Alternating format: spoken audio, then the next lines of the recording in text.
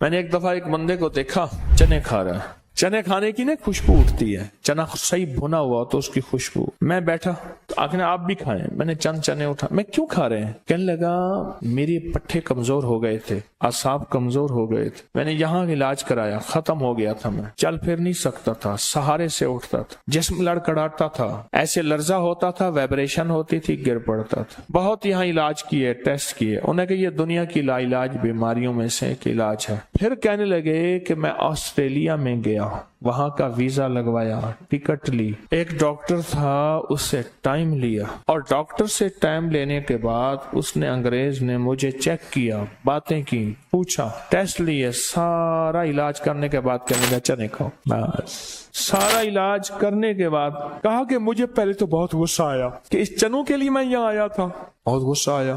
کہا کہ اس نے میرے چہرے کو پہچان لیا، انگریز نے۔ اس نے کہا یہ بظاہر معمولی چیز ہے، اس معمولی چیز ہے۔ اور پھر اس نے کہا کہ بر صغیر کے بچے پہلے چنے کھاتے تھے، اب ٹافیاں کھاتے ہیں، پہلے چنے کھاتے تھے، اب چاکلیٹ، ٹافیاں، برگر، بوتلیں اور یہ چیزیں استعمال کرتے ہیں، پہلے چنے کھاتے۔ بس وہ جو چنے تمہاری زندگی سے گئے ہیں اور تمہاری جسم، اعصاب، پٹھے، ہر چیز تمہاری بالکل بیکار ہو گئی۔ مغل دور میں ایک بادشاہ تھا، ابا جی فوت نہیں ہو رہے تھے احتیاطاً، اب ابا جی فوت ہوں تو ولی عہد کو بادشاہت ملے، ابا کی عمر لمبی ہو گئی۔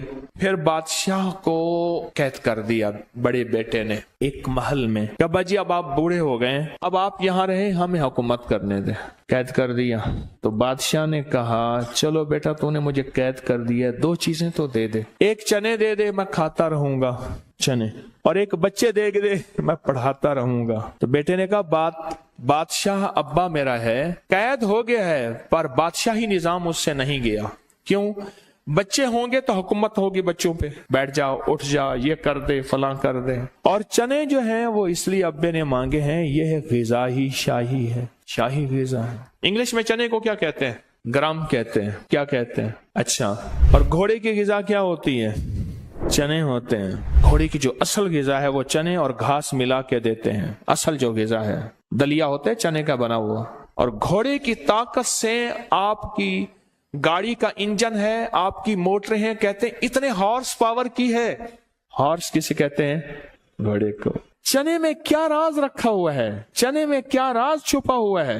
ایک بابا جی تھے، فیروز دین صاحب ملتان کے، رحمت اللہ علیہ، حکیم صاحب تھے، ایسے بازو کر کے بیٹھے ہوئے تھے، پرانی بات ہے کچھ 30 سال۔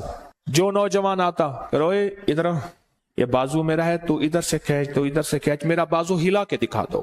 میں بھی شامل ہو گیا ان میں، سارے جوان لگے ہوئے ہیں اور بابا جی ایسے کر کے بیٹھے ہوئے ہیں۔ ایک بندے کو کہنے لگے پترا ماں دا کھیر کہیں نہیں پیتا، ماں کا دودھ نہیں پیا؟ زور لگا، تیش دلاتا تھا۔ بابا کیا کرتا تھا؟ تیش دلاتا تھا، غصہ دلاتا تھا، اور زور لگائیں۔ جب کر لیا نا، جیب سے کہنے لگے منہ کھولو، جلدی کرو سارے، منہ کھولو، ہاتھ میں کرنا، منہ کھولو۔ چنے، کشمش اور دیسی بادام، یہ بریلر بادام نا، دیسی، منہ میں ایسے اٹھا کہ جو منہ میں ڈالا نا منہ بھر گیا، اور منہ سے نکال لگا، ایسے ہاتھ دو اور منہ کا اپنا سسٹم بناؤ، منہ بھر دی سب کا۔ کہنے لگے میری تم طاقت کا راز پوچھو گے؟